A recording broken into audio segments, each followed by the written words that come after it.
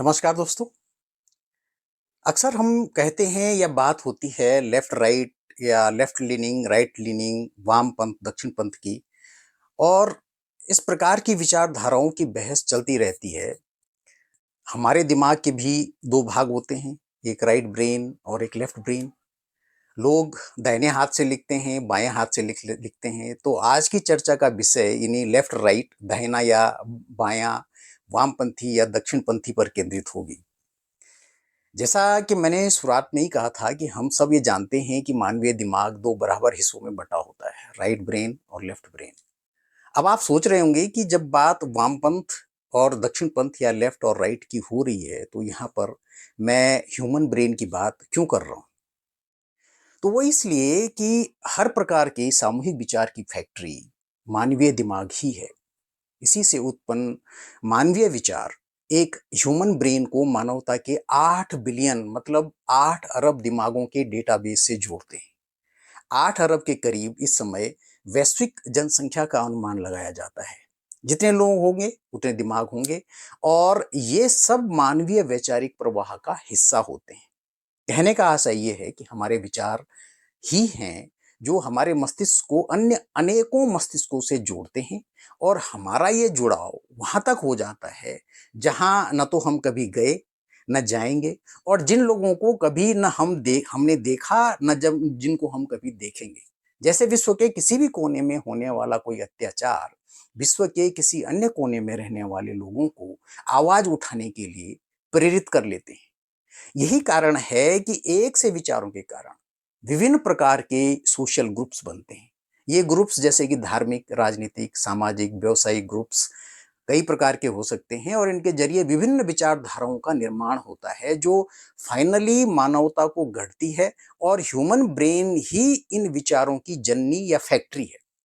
तो दुनिया का कोई भी विचार साधारण से साधारण और गूढ़ से गूढ़तम इसी अद्भुत बायोलॉजिकल अंग ह्यूमन ब्रेन में उत्पन्न होता है और इन्हीं विचारों के जरिए हमारे दिमाग एक दूसरे से संवाद करते हैं और एक दूसरे से जुड़ते हुए सामूहिक वैचारिक तंत्रों का निर्माण करते हैं। और इन्हीं सामूहिक विचारों से मानवता चलती है, उसके क्रियाकलापों की दशा और दिशा दोनों निर्धारित होती है। उसके लड़ाई झगड़ों, उद्योगों, प्रेम, भाईचारा, मानवता, दर्शन, विज्ञान, हम ये कह सकते हैं कि संपूर्ण क्रियाकलाप चलते हैं। तो इसलिए जब हम लेफ्ट राइट की बात करते हैं जो मानवता की सोच समझ के 2 महत्वपूर्ण किंतु अपोजिट वैचारिक धाराएं हैं, तो हम देखते हैं कि मानवीय दिमाग में भी 2 पार्ट्स होते हैं, राइट ब्रेन और लेफ्ट ब्रेन।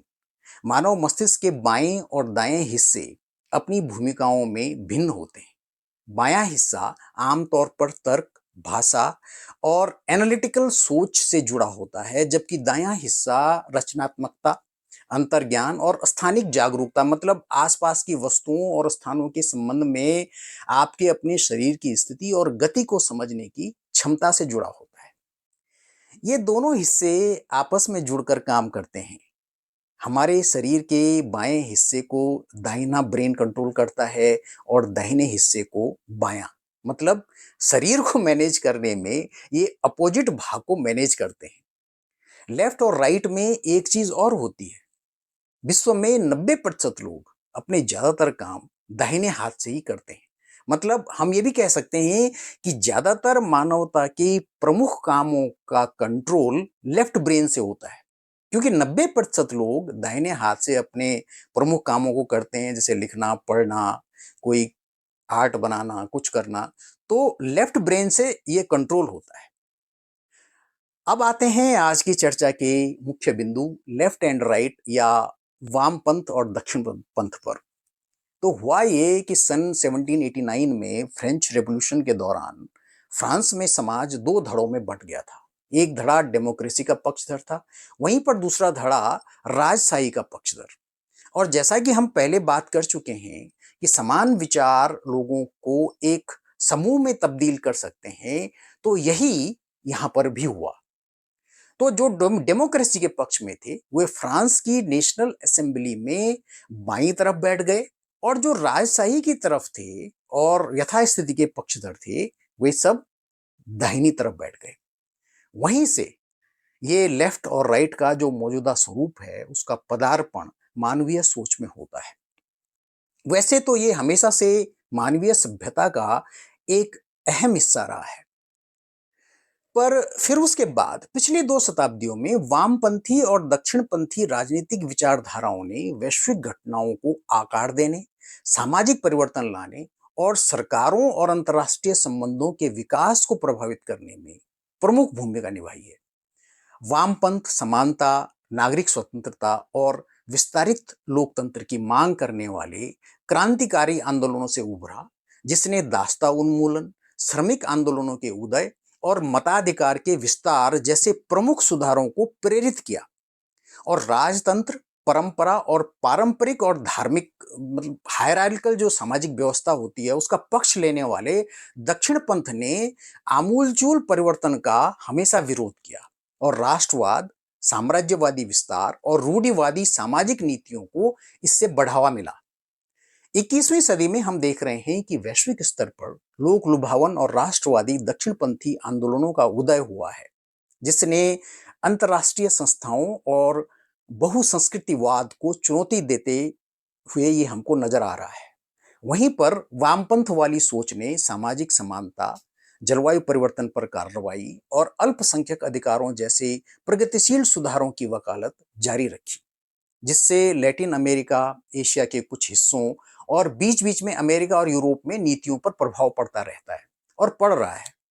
हम देख सकते हैं कि दोनों पक्षों ने वैश्वीकरण, आर्थिक संकट, युद्ध और सामाजिक विभाजन के प्रति प्रतिक्रियाओं को आकार दिया है।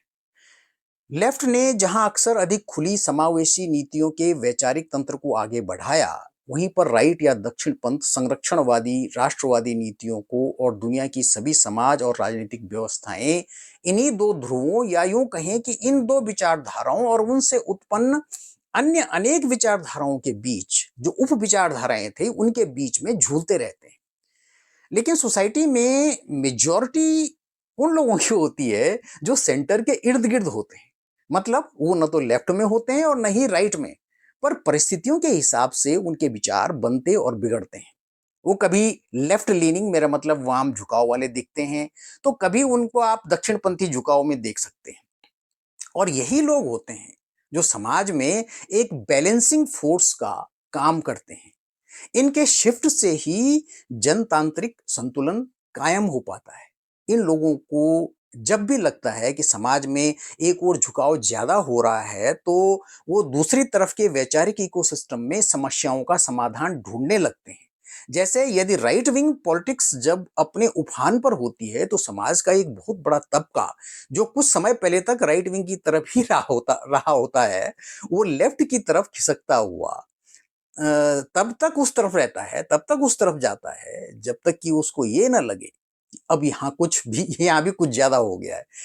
अब राइट की तरफ देखा जाए, तो एक बैलेंसिंग का वैचारिक खेल ही डेमोक्रेटिक पॉलिटिक्स को चलाता है। मुझे आजकल मेरे कई दोस्त जो राइट विंग पॉलिटिक्स करते हैं, लेफ्टिस्ट कह रहे हैं। उनको मैं याद दिलाता हूं कि जब कांग्रेस का राज था, तब बहुत से मेरे कांग्रेसी और वामपंथी मित्र मुझे दक्षिणपंथी मानते थे। पर मैं अपने आप को सेंट्रिस्ट फोर्सेस का हिस्सा मानता हूं, जो डेमोक्रेसी और डेमोक्रेटिक मूल्यों में विश्वास करता है। पर इसके साथ ही साथ एक चिकित्सक, रिसर्चर और पब्लिक हेल्थ कंसल्टेंट होने के नाते और मानवीय वैचारिक इकोसिस्टम पर पिछले कुछ सालों के अध्ययन के कारण मैं इन सब चीजों को एक वैज्ञानिक परिप्रेक्ष्य में भी देखने और समझने की कोशिश करता हूं, क्योंकि हमारी सभी प्रकार की गतिविधियों और उनका असर प्रत्यक्ष या परोक्ष रूप से हमारे स्वास्थ्य पर पड़ता है। हमारा स्वास्थ्य एक सामाजिक संतुलन की अवधारणा पर आधारित होता है।